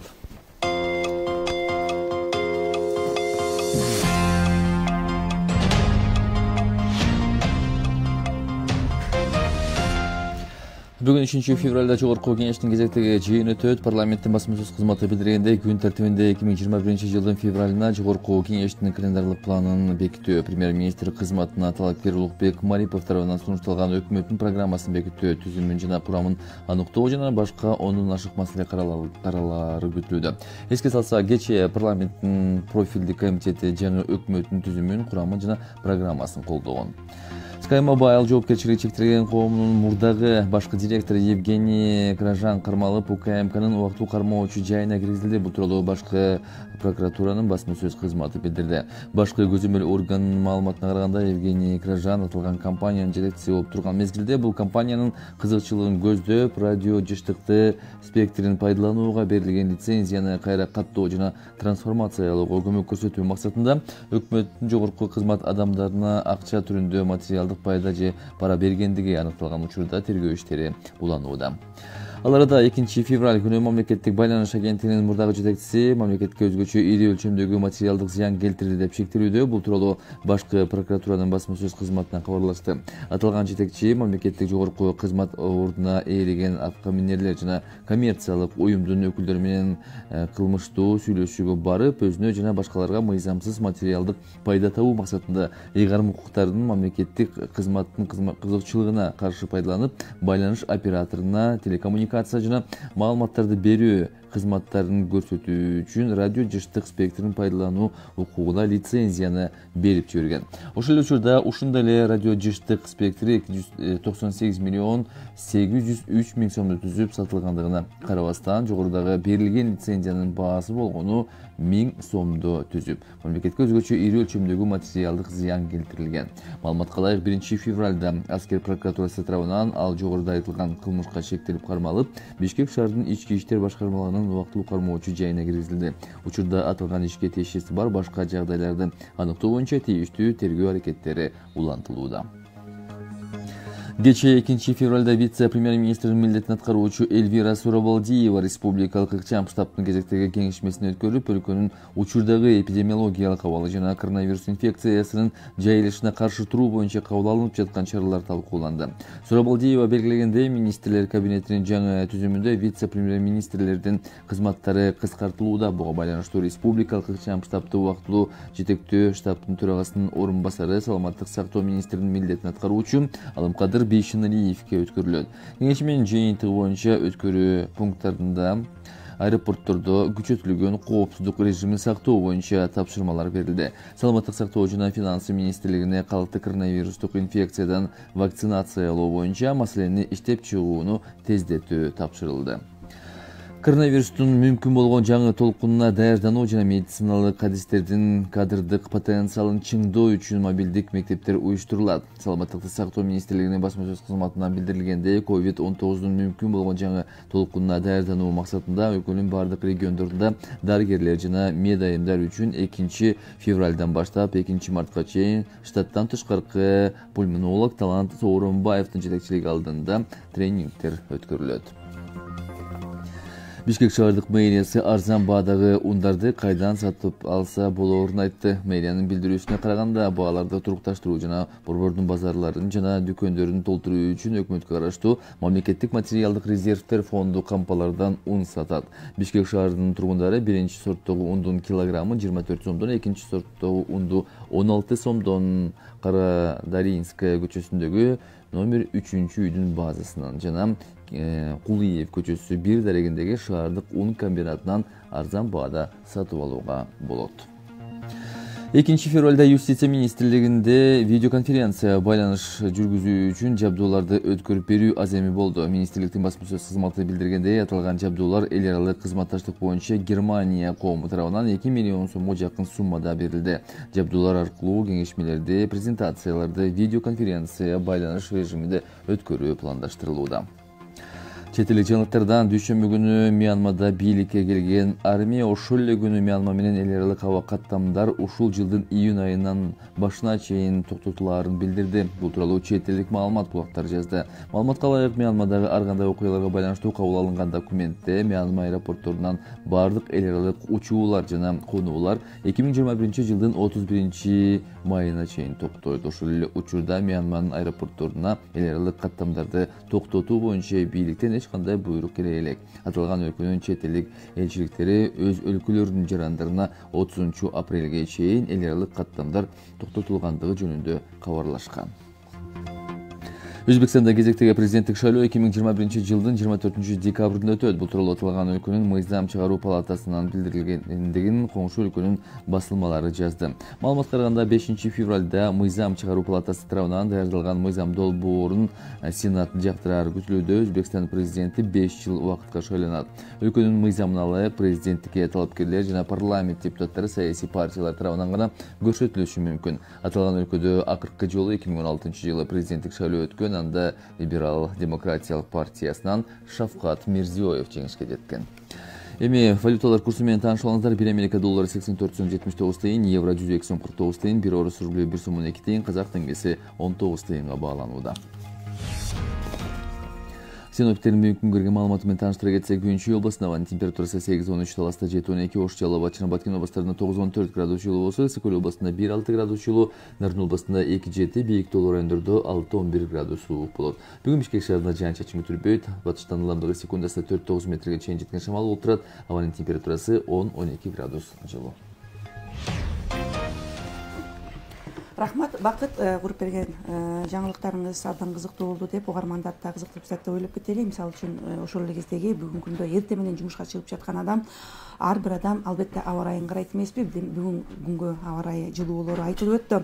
Ошол эле мезгилде аба ырайдан сырткары дагы эл арасында азыр эң негизи эле талкууга алынып, көпчүлүктүн көңүлүн буруп турган бул өкмөттүн түзүмү жана өкмөттүн курамы болуп турат десек жаңылбайбыз. Өкмөттүн программасы дагы кызыктуу болуп, демек биздин уктуруубуздун 3 бөлүгү дал ошол өкмөттүн түзүмү, курамы жана программасы тууралуу болмокчу. Жогорку Кеңеште 2 күндөн бери дал ушул багытта коомчулуктун айрым өкүлдөрү биригип, мына ушундай бир чоң талкуулар болуп атат. Бүгүн буга чейин коалиция караган, андан сырткары профилдик комитет да карап берди. Бүгүн жалпы жыйында да карала турган болуп атат. Мына айрыкча социалдык түйүндөрдүн пайдалануучулары маалыматка өтө маани берип жаткандыгы баамдалууда. Нааразылыктар ошол эле маалда колдогондор дагы абдан көп. Маалыматтарга таянсак, жаңы түзүлгөн курамда өкмөттүн 22 мүчөсү 16га чейин кыскарды. Айрым министрлик, агенттиктер, комитеттер жана кызматтар бириктирилди. Ошентип мурунку 48 министрлик, комитет, агенттик жана башка ведомстволор бириктирилип, жалпы саны 12ге кыскарган. Өкмөт мүчөлөрүнүн курамы дагы өзгөрдү, Гүлжан, өзүңүз билгендей. Тагыраагы премьер-министр жана вице-премьер-министрлер, айрым министрлер орун алмаштырды. Биз азыр мындай өзгөрүүлөрдүн максаты эмнени көздөйт? Баш мыйзам кабыл алынса, бул курам жана түзүмдүн тагдыры кандай болот? Ушул жогорку кеңештин мурдагы депутаты коомдук ишмер Бейшенбек Абдыразаков менен ушул орун алган жагдай тууралуу баарлашалы деп турабыз. Анда Бейшенбек Токтобаевич, саламатсызбы? Саламатчылык. Кутмантаңыз менен. Осондорго болсун. Бейшенбек агай, мына өкмөттүн түзүмү, курамы боюнча коомчулуктун кооптонуусуна канчалык негиз бар? Өкмөттүн жаңы курамын карап көргөндө жакшы жактары бар экен да. Жанагы министрлердин азайганы, 16 министр, 12 министр болуптур, департаменттер, агентстволор азайыптыр. Бул негизи жакшы. Бизде кичинекей Кыргызстан 6 миллион эл, анан баягындай завод, фабрика иштебесе, анча чиновниктин негери бар, бюджет жакты жок болот атса, ошон үчүн чиновниктердин саны кыскарганы жакшы болот. Биринчиден тиги бюджетте акча эконом болот, экинчиден ар бир эле чиновник коррупцияга жол ачат да, ошон үчүн булардын саны канчалык аз болсо, ошончолук коррупция азаят. Үчүнчүдөн бизде азыр министерство, ведомстволор, өкмөт иштегенге оңой болуп калды да, жана система түндүк кирди, санарип системасы кирди, ошонун баары эле иштегенге оңойлукту түзөт, тез иштегенди, тез чечкенди жол ачылып калды да. Ошон үчүн мынча чиновниктин деле кереги жок. Азыр ошо интернеттин заманында интернет менен эле маалымат алышып, справкаларды алышып, ошентип иштешсе болот. Бул жагынан жакшы болот. Албетте жанагы кадр маселеси боюнча элдер көп айтып атат. Эскилер эле кайра келип атат. Мурда иштегендер, мурда арты таза эмес кишилер деп. Бул жагы албетте туура. Эми ошол премьер-министрге Мариповду алып келген боюнча элдер көп сөз болуп атат. Эми бул убактылуу нерсе. 2 айдан кийин жаңы баш мыйзам кабыл алынса, жогорку кеңештин депутаттары шайланып келсе, анан жаңы өкмөт кайра түзүлөт, кайра бийлик кайра түзүлөт. Ошондон кийин анан биз мыйзамдуу жолго түшүп, 5 жылга чейин ошол менен чогуу бирге иштешебиз. Булардыкы болсо азыркы күнү ушул 2 айга убактылуу болгон үчүн балким ушундай болгондор. Арга жоктун айынан убактылуу коюп коюшканда ошол эле маселе бар да. Бейшенбек Токтобаевич, ошол эле мезгилде мына конституциянын реформа боюнча, конституциялык реформа боюнча мыйзам долбоору ошо конституциялык кеңештин кароосунан сунуштары бүт баары кабыл алынып, жогорку кеңешке жиберилди. Мына ошол жерде кеңеш менен мүчөлөр айтып атты эле, премьер-министрлик дагы кызмат жоюлат депчи. Анда бул жагы кандай болуп калат?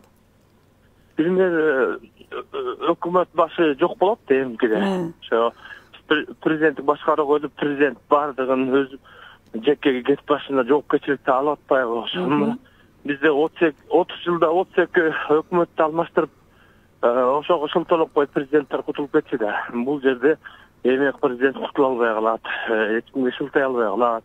Бүт маселенин баардыгын өзү чечип, өзү жооп берет элдин астында. Бул дагы жакшы болот. Ал эми өкмөт жок болгону менен ал жерде эми министрлер бар да, министрлер бар, аткаруу бийлиги болот. Ошолор башкарат. Ошолор түзмө-түз иштейт президент мененчи. Мына кадр президент менен түзмө-түз иштейт.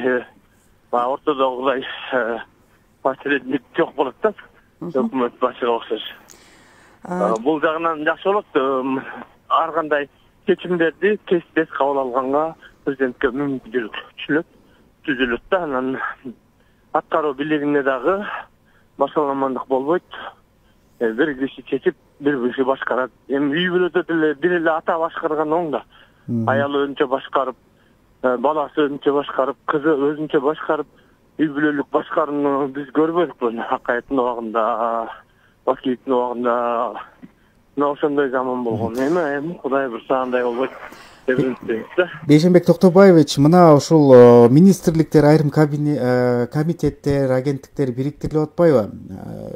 Анан ушул мисалы социалдык тармактарда саламаттык сактоо министрлиги менен социалдык өнүктүрүү министрлигинин багыты эки башка болуп атат деп дагы пикирлер айтылып атат да. Ушул туура эле багытта бириктирилгенби? Мисалы ошол маданият, спорт жагы бириктирилди, социалдык өнүгүү менен саламаттык сактоо министрлиги бириктирилди, экономика министрлиги менен каржы министрлиги бириктирип атат да.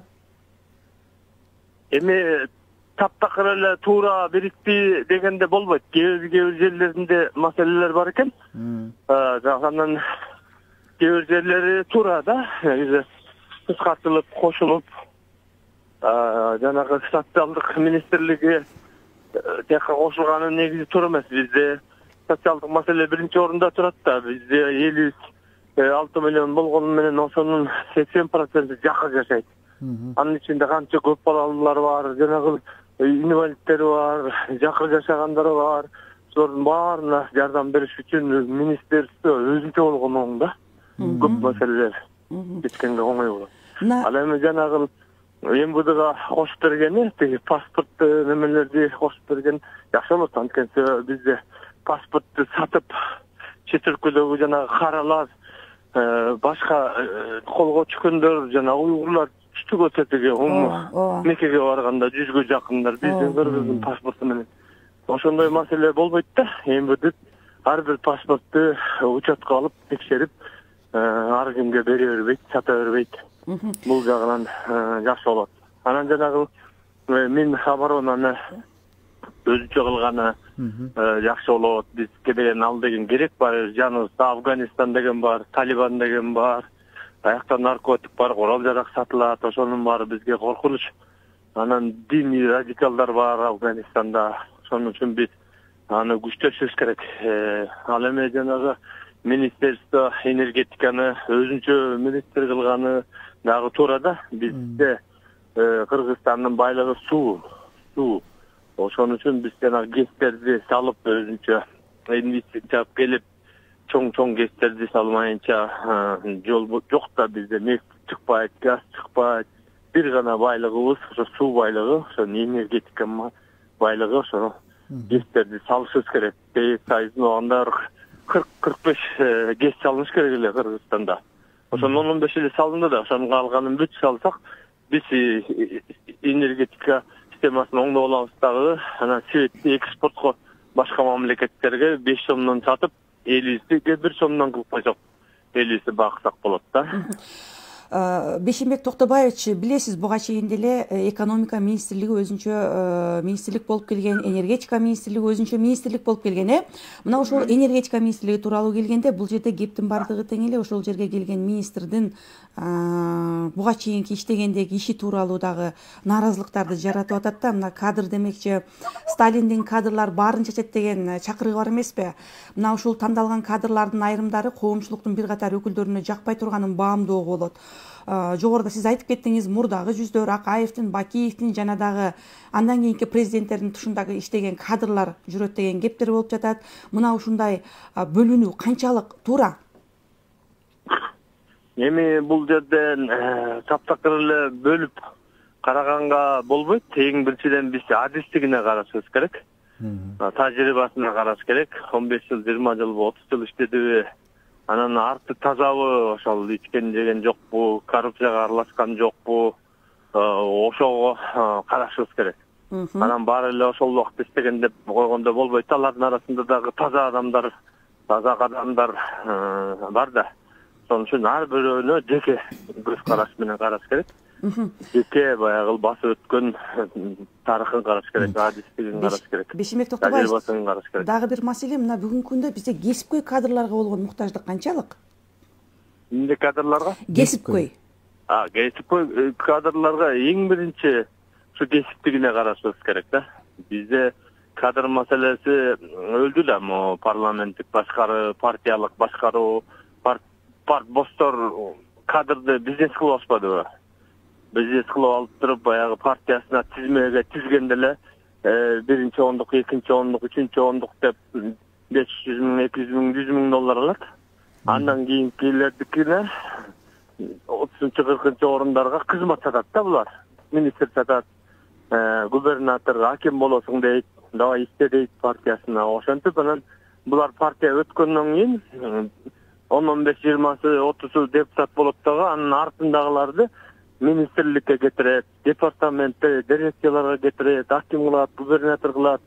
Анан ал жерде каралбайт да, адистигине каралбайт. Акчага эле карайт. Ким көп акча кошсо, ошол министр боло берет, ошол губернатор боло берет, ошол аким боло берет. Ошентип анан биз адистикти өлчүрдүк да, кадр маселесинде өлчүрдүк да. Мамлекеттик кадр мекемеси бар, ал жерде эч ким карабай калды. Мына ошол жакта Кыргызстан боюнча кадрдын баардыгы ошол жерде болуш керек. Алар аттестациядан өтүп жыл сайын тесттерди тапшырып, тажрыйбасы 5 жыл 10 жылдыктар ошол жерде туруш керек. Анан президент болобу, өкмөт баш болобу, депутаттар болобу жумушка алганда ошол жерден алыш керек. Ошол казына болуш керек да, улуттук казына. Улуттук казынадан гана тизмесинен гана алып келип жумушка орноштуруш керек. Анан көчөдөн алып келбеш керек. Азыр бизде тиги Лош базарда самсын саткан тиги аш жасагандар эле 100 миң доллар чогулса эле ак үйгө келип отуруп калат атпайбы? Мына ошол туура эмес да. Эң биринчиде адистикке караш керек. Мына эми ошол тажрыйбасына караш керек. Бүгүнкү күндө таныштырылып жаткан курамдагы биздин талапкерлердин адистиги канчалык? Сиз мына күндө мен жакшы ушунчалык сумдук иштеп кетет, Кыргызстанды өзгөртүп жакшы жака алып кетет деген жакшы бир аябайчы көргөн жокмун. Бирок ойлойм бул баягы 2 ай болгон үчүн ушундай болуп калды го деп. Анан кийин жогорку кеңеш болсо, баш мыйзам кабыл алынса, андан кийин таза жакшы Кыргызстанды өндүрө турган, ушул 5 жылга иштей турган жакшы кадрлар керек болуш керек деп ойлойм. Күнү мунагы 2019 жана убактылуу өкмөттөй болуп чачып ушуп ушуну шайлап коюш окшойт 2 айга боло берет деп. Ошон үчүн эмкиде мыйзам жолуна түшкөндөн кийин баш мыйзам келгенден кийин жаңы өкмөттөн жакшы жаңы таза кадрларды күтөбүз Кудай буйрса. Бейшенбек Токтобаевич, мына эл аралык ишкерлер кеңеши экономикалык блоктогу өзгөрүүлөргө тынчсыздануусун билдирип жатышат. Анан өлкөнүн ушул экономика тармагы өзгөртүүлөрдөн улам жөндөмсүз болуп каларын алар белгилеп атышаттыр. Ошол эле маалда премьер-министрликке талапкер Улукбек Марипов экономика жана финансы министрлиги өзүнчө чоң блок болоорун билдирди. Мындай кадам менен жалпы кирешелери боюнча бир киши жооп берерин дагы премьер-министрликке талапкер белгиледи. Анан сиздин баамыңызда ушул эл аралык экономикалык кеңештин тынчсыздануусу канчалык негиздүү?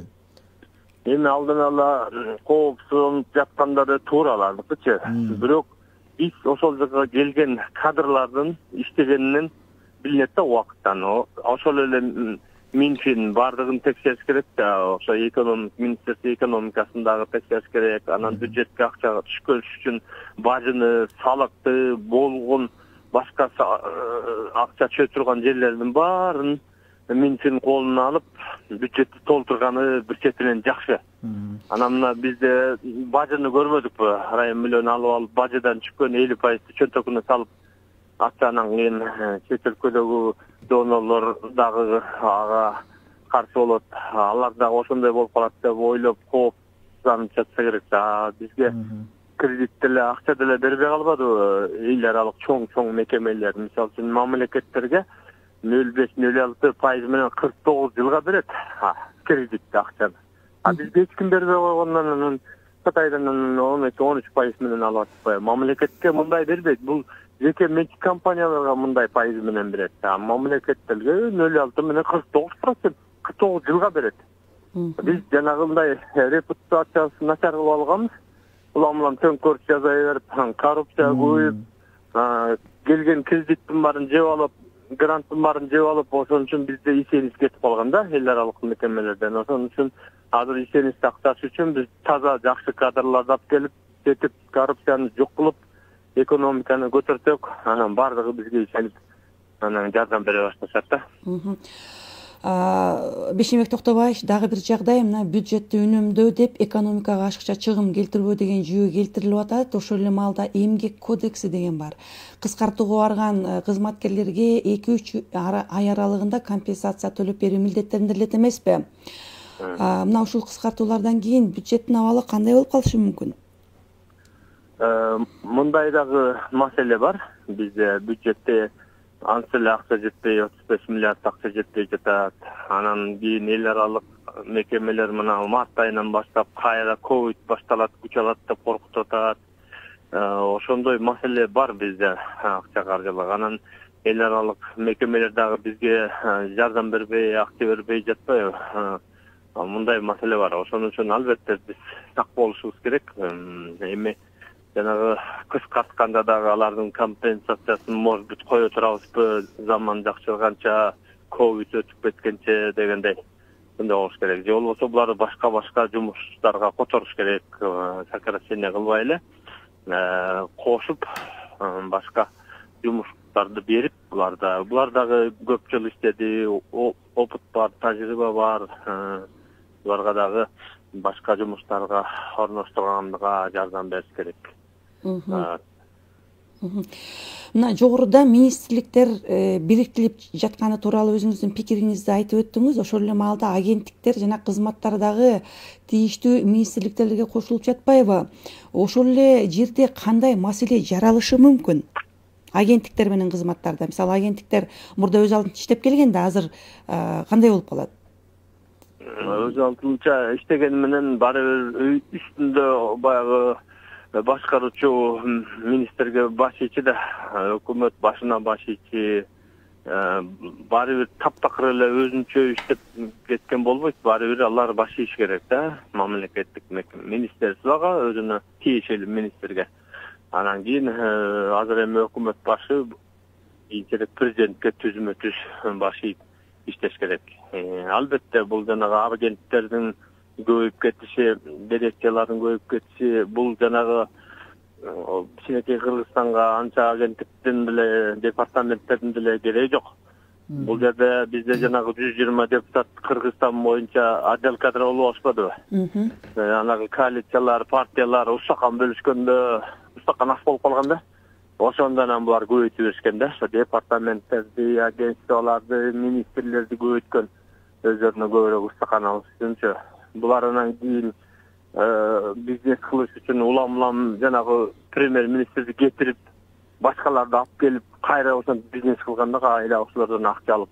Бизде ошон үчүн турукчулук болгон жок да.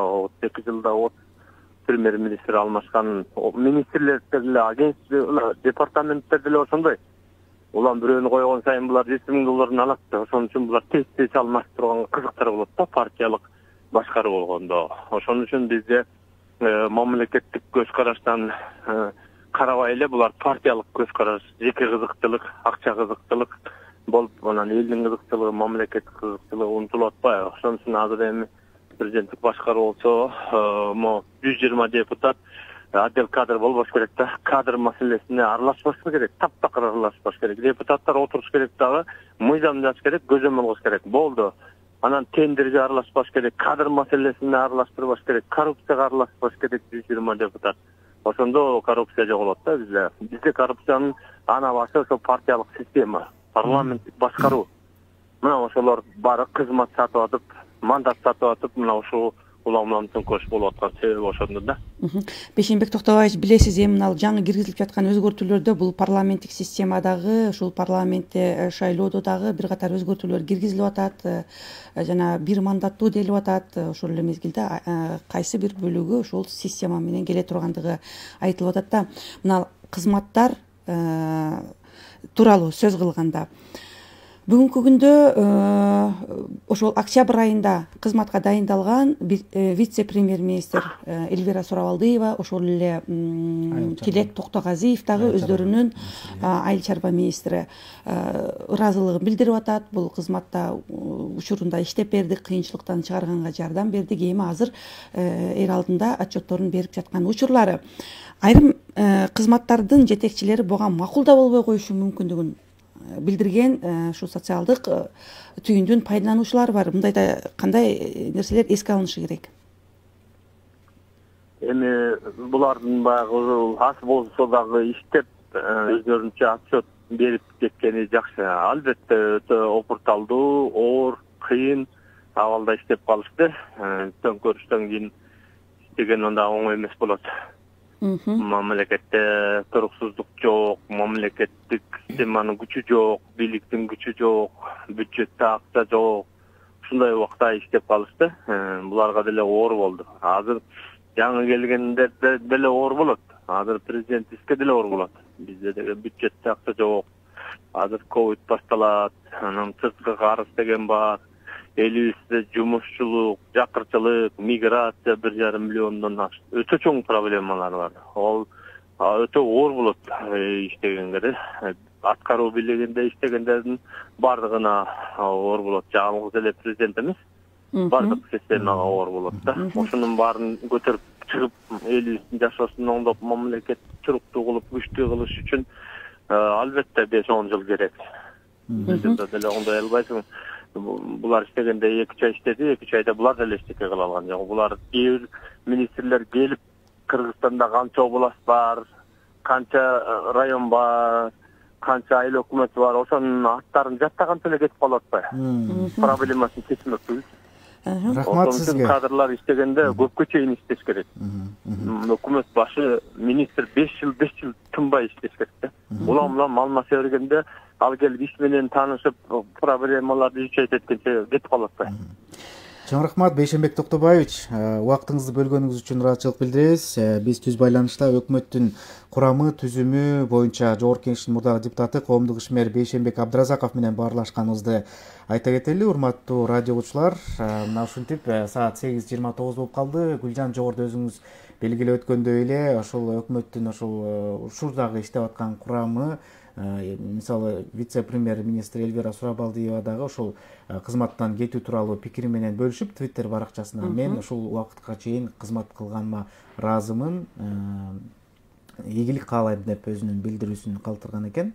Ошол эле учурда Тилек Токтогазиев дагы 100 күндүк отчетумду берем, кызматка киришкенден бери 100 күн өттү деп, ал дагы бир колдоп аткан жарандарга ыраазычылыгын билдирген. Артем Новиковду дагы аябай премьер-министрлик аябай социалдык тармактарда дагы калса экен деп колдоп жатышты эле. Новиков дагы мен ушул эле команда менен иштейм, мага кабатыр болгонуңуздар үчүн чоң рахмат, буюрса ишти биргеликте аткарабыз деп дагы билдирүү калтырды. Билесиз да, Садыр Жапаров президент буга чейин баш мыйзамды өзгөртүү боюнча референдум жайына барышы мүмкүндүгүн айткан эле. Демек андай болсо азыркы тандалган өкмөттүн курамы жана түзүмү жогоруда Бейшенбек Абдыразаков айтып кеткендей убактылуу экендигин биз баамдап турабыз. Мындай шартта сабырдуулук керек экендигин президент баса белгилеп кетти эле. Мына бизге бөлүнгөн убакытта соңуна чыгып барат. Дал ушул теманын алкагында таңкы бурулуштун негизги маселесине дагы сөз боло тургандыгын айта кетели. Анда биз угуучулар менен коштошолу. Азыр жаңылыктар, андан кийин негизги маселени угуңуздар. Сиздер менен 1,5 саат бою мен Урмат Жээнбеков жана Гүлжан Каражанова кызмат кылдык. Режиссердук пультта Чынар Асылбекова иштеди. Фейсбукта түз эфирде трансляция кылган кесиптешибиз Азиз Чокморов. Кайрадан эфир аркылуу жолугушканча саламатта туруңуздар.